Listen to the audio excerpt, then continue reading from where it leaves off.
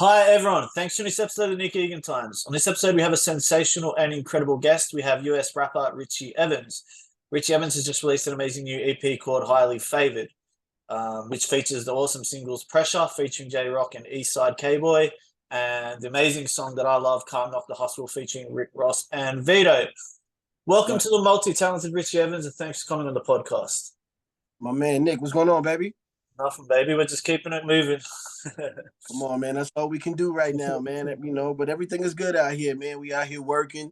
The EP's doing good, so I can't complain. That's incredible. All right, let's jump straight into it. Yeah. Take us back. Tell me about life growing up, what it was like, and I guess how it's made you the man you are today as well. Man, growing up, I don't want to say I had the hardest life because I didn't. You know what I mean? Father was in the military, was born in Philly, moved to Phoenix, you know what I'm saying, was raised in Phoenix. Of course, you know what I'm saying, I went through the same type of struggles that any young, adolescent would, go through, just trying to find himself in life. Like I said, reached a point where mom and dad ended up divorcing. So I had to kind of be the man of the house and, take on certain types of responsibilities that I didn't expect to at that time. But like I said, man, just growing up and going through those particular changes definitely, helped me become the man in artist I am today. You know what I mean? I think my music is definitely based off of life experiences. You know what I'm saying? I call it reality rap. You know what I'm saying? It's just what I'm feeling, what I'm going through, what I witness and what I see. So, definitely my childhood and growing up, has definitely helped shape who I am as an artist and as a man. Great. Thanks for sharing those insights. All right. Yes. How did you initially get into music? And I guess going even further, were Yeah. you always destined to go into rap and this, I guess, genre in this industry? Early on, I want to say I didn't have that goal. I didn't have that passion. I mean, I did have a love for music. You know what I mean? Like I said, when I was young at that particular time, I used it as like an emotional outlet. You know what I mean? I used it as like, instead of me going out there throwing rocks and breaking windows and doing a lot of catty shit that kids do, you know what I mean? I kind of just used music as just like an outlet.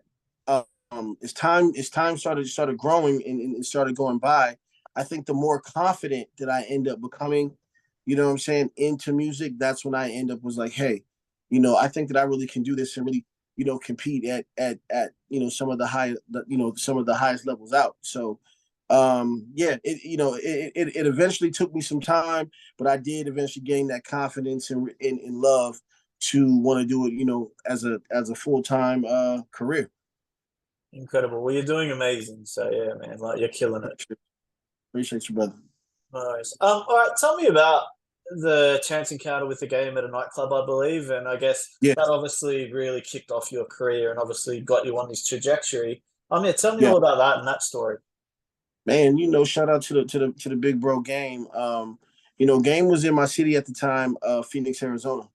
I don't know if people really recognize or really know, but DMX and the Rough Riders back in the day were heavily like migrating to Phoenix, Arizona. You know what I mean? And Swiss Beats was out here, and just a lot of a lot of major people. I was just working in the studio one night, and I was leaving, man, and I seen a Lamborghini parked out inside of a club. When I end up walking in, man, I see the game and I see Swiss Beats. You know what I'm saying? Together, kind of having a drink. At that particular time, man, I had one CD in my pocket. You know what I mean? And at that time, I was like, shit, I got to go for what I know. You know what I mean? Like, why not? So I walked up to the VIP booth, and of course, his bodyguard, his manager, everybody kind of came to the forefront and stopped me. And I was like, hey, I don't want to mess up the party, but yo, can I give Game this CD? And they told me no initially, you know what I mean? And the manager was like, well, give it to me and I'll give it to him. Any artist in this industry knows like we've been there before. We gave it to a manager, we gave it to a security guard, and it never got back to the person that it needed to get to. So as time went on, I seen him get up and walk over to the bar.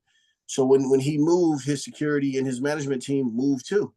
So I slid into the VIP and I walked up to him, man, and As soon as I like reached in my pocket to hand him the CD, his security guard just like damn near bullied me up. You know what I mean? And he turned around in fight back mode, and I said, "Listen, game, all due respect." I said, "Man, look, I got one disc in my pocket." I said, I didn't feel, cool giving it to your manager, your security guard. I just wanted to make sure I got it to you. If you throw it away, I'm cool with that. You know what I'm saying? At least I know you got it. So he took the disc. They held me there for a minute. Him and Swiss Beats end up walking out. And then the next day, man, I got a plane ticket and I got a phone call and a plane ticket, and it was Black Wall Street ever since at that point. Wow, that's amazing. Yeah, And man. what did you learn? I guess the game being a mentor, I guess to a certain degree, and being on his label. What did you learn? What experiences did you, I guess, Man, receive from it all? Yeah. man, truthfully, man, I learned a lot. I mean, the first thing that I want to say I learned was the work ethic that it takes to really be a successful artist in this industry. You know what I'm saying? One thing about it is, man, it really comes down to work and putting in them hours in the studio sessions and, really fine tuning your craft. I learned, how to make quality music. One thing about game, man, despite, a lot of, um, I call them off court antics. Like, a lot of things outside of music kind of clouds a lot of his success. But like, he's one of the dopest artists ever to touch the mic. You know what I mean? He has people may not agree or believe, but you got to keep in mind he has one of the top dopest albums of all time in the documentary. I mean, that album goes up against the Chronic and Doggy Style and Stillmatic and you know what I mean, like the classic albums. So I definitely took the work ethic aspect from him. I also, man, I learned from his successes also as well as his mistakes. You know what I mean? I think that when you do have a mentor and a person who is teaching you things, you're supposed to learn all facets from them. You know what I mean? The good and the bad. You know what I mean? And like I said, one thing about Game is, he's always had a short temper. You know what I'm saying? He's always had a short fuse, and I've always made sure that when I was in position to do business, that I would always make sure that I move with grace and move with patience. So like I said, man, I learned a lot from good and bad, man, and I wouldn't take anything back. Great, thanks for sharing that. That's yeah, I think that's a really great perspective too. Taking the good and bad. So yeah, I think Yeah, that's wonderful. All right, tell me about the new EP, Highly Favored. Yeah, I yeah, love the song Can't Knock the Hustle, especially with Rick Ross. yes, sir.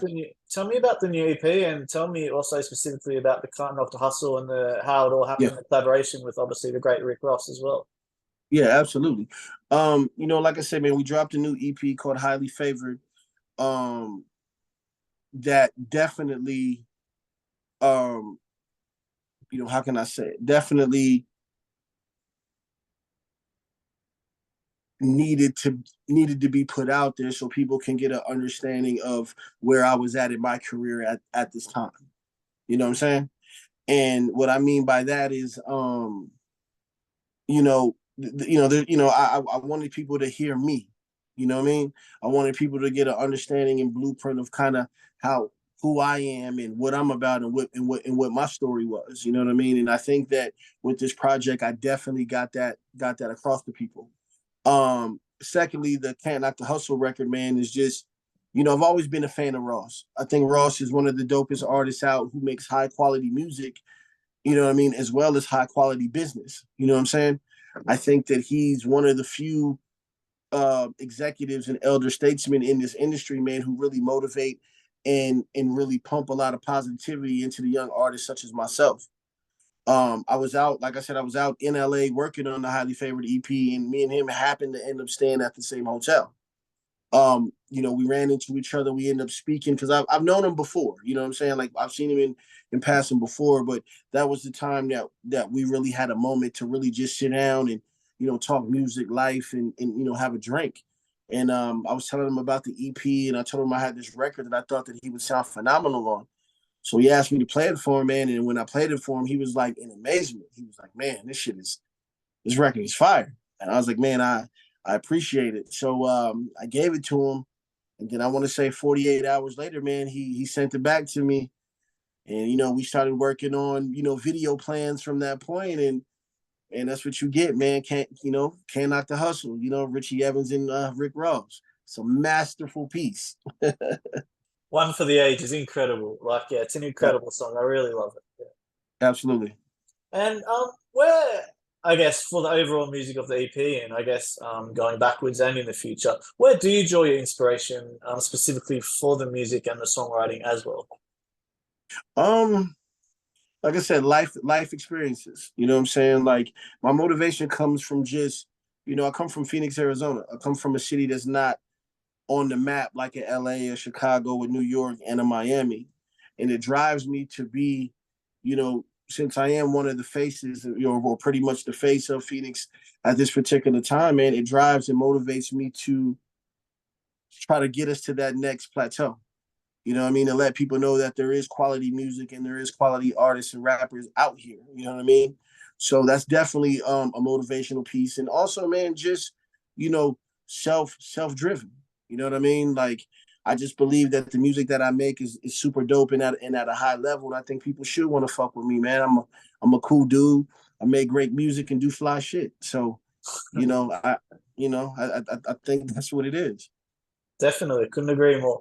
Um, Tell me, what does Phoenix mean to you?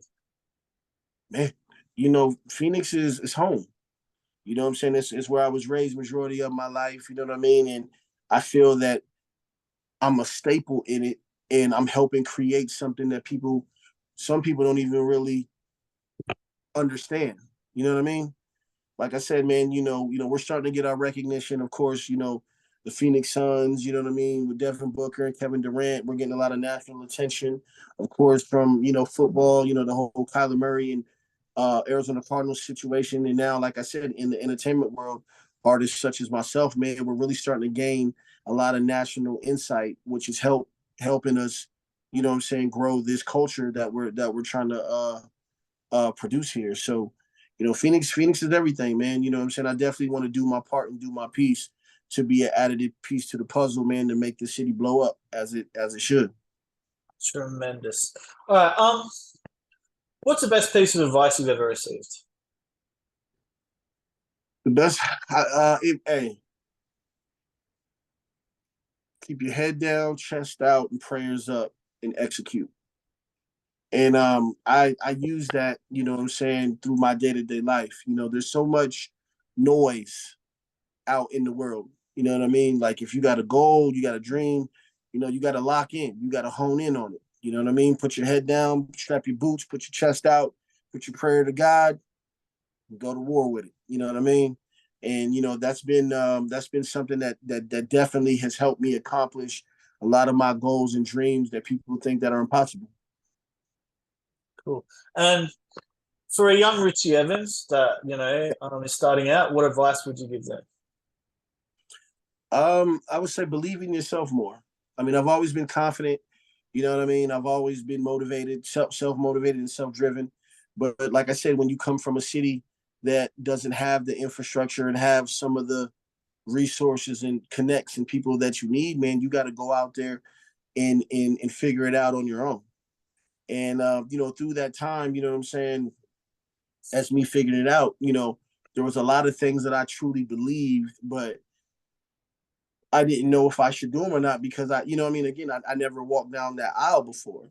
You know what I mean? But as time permits, you know what I'm saying, my gut and my feeling was right, and I should have, I should have stayed on that path. But I mean, like I said, just to my younger self, I would just say, man, continue to believe in yourself, man, and keep pushing. Terrific. What are your ambitions for the future? Where do you want to take your career? Man, you know, truthfully speaking, man, one of my biggest goals is, I want to bring hardware to the city. I want to bring championships to the city. You know what I mean? Accolades, off this EP, I got my first plaque. You know what I'm saying? We charted at number 25, and that was a big deal. You know what I mean? Now, like I said, we're pushing this Can't Knock the Hustle. Hopefully we can get that to gold or platinum. You know what I'm saying? And, like I said, keep on pressing. I think that the world takes you a little bit more serious, you know what I'm saying, when you show off your hardware. You know what I'm saying? So I definitely want to be a staple in the game. And like I said, man, I just want to put points on the board, man, and keep winning. Congratulations to you on the park, man. You know, it's truly amazing. So yeah, well done. All right. Aside from music, and obviously you're definitely busy with that. What do you like to do in your downtime? Hobbies, passions. Ah, man, truthfully, man, like I'm big on balance. I love movies. You know what I'm saying? I love to, you know what I mean, watch different type of movies. I love to travel. You know what I'm saying? I love to spend time with my people. You know what I mean? And shit, I love to cook. And like I said, I definitely like to, be at home and relax and regroup and enjoy. You know what I'm saying? Some of the fruits of your labor that you work hard to get. You know what I mean? So yeah, I definitely do the regular thing when I'm not out there being rock star Richie. You know what I'm saying? Cool. And if you're 18 again and you could change anything, it can be personally or professionally, what would you change? Um, this may sound a little bit crazy. I wouldn't change nothing. You know what I mean? I feel like, you know what I'm saying, my life is, God got me in a position or timing how things is supposed to be. You know what I'm saying? My accomplishments are gonna come when they're gonna come. Or if they don't come, you know what I'm saying, you know, uh, there must be some type of reason for that and God don't make mistakes. So, I'm gonna just keep growing, keep learning, and keep executing, you know what I mean, to get to where I'm trying to go until, he shut the lights off on me. Awesome. Um, and if you could look back, obviously, I guess you're only starting out and you've had a short career so far. What is the biggest key highlight that, you just stands out in your brain so far that you're like, man, that was a cool experience or that was a great highlight? I got two of them. Like I said, receiving my first plaque, like that was a big deal because, like I said, that was under my company, my vision, my goal, my team. You know what I mean? Like, that was something to show people like I'm not crazy. You know what I'm saying? Like, nah, like that was the accolade. So I definitely would say that. Um, and another one, man, would just, like I said, to collab and to meet and do business on a personable and uh business level with Rick Ross, man, just is a monumental testament to where I'm heading. You know what I mean? Like I said, for people like him to respect and appreciate some of the shit that I'm doing, really just keeps my confidence at an all-time high to keep going. Definitely. Um, Richie, thanks for coming on the podcast. I do appreciate it. It's incredible, your journey, your career. I'm really going to watch you closely, and I look forward to seeing your trajectory just keep going higher and higher. Man, listen, I appreciate your time, Nick. Like I said, anything you need from me, we definitely got you. And like I said, man, thanks to everybody. Make sure you guys check me out on Instagram. It's Who Is Richie, the new EP, Highly Favored. And make sure you get that single Can't Knock the Hustle featuring Rick Ross. Richie. Incredible, incredible song. Take care, sir. My man. Take care.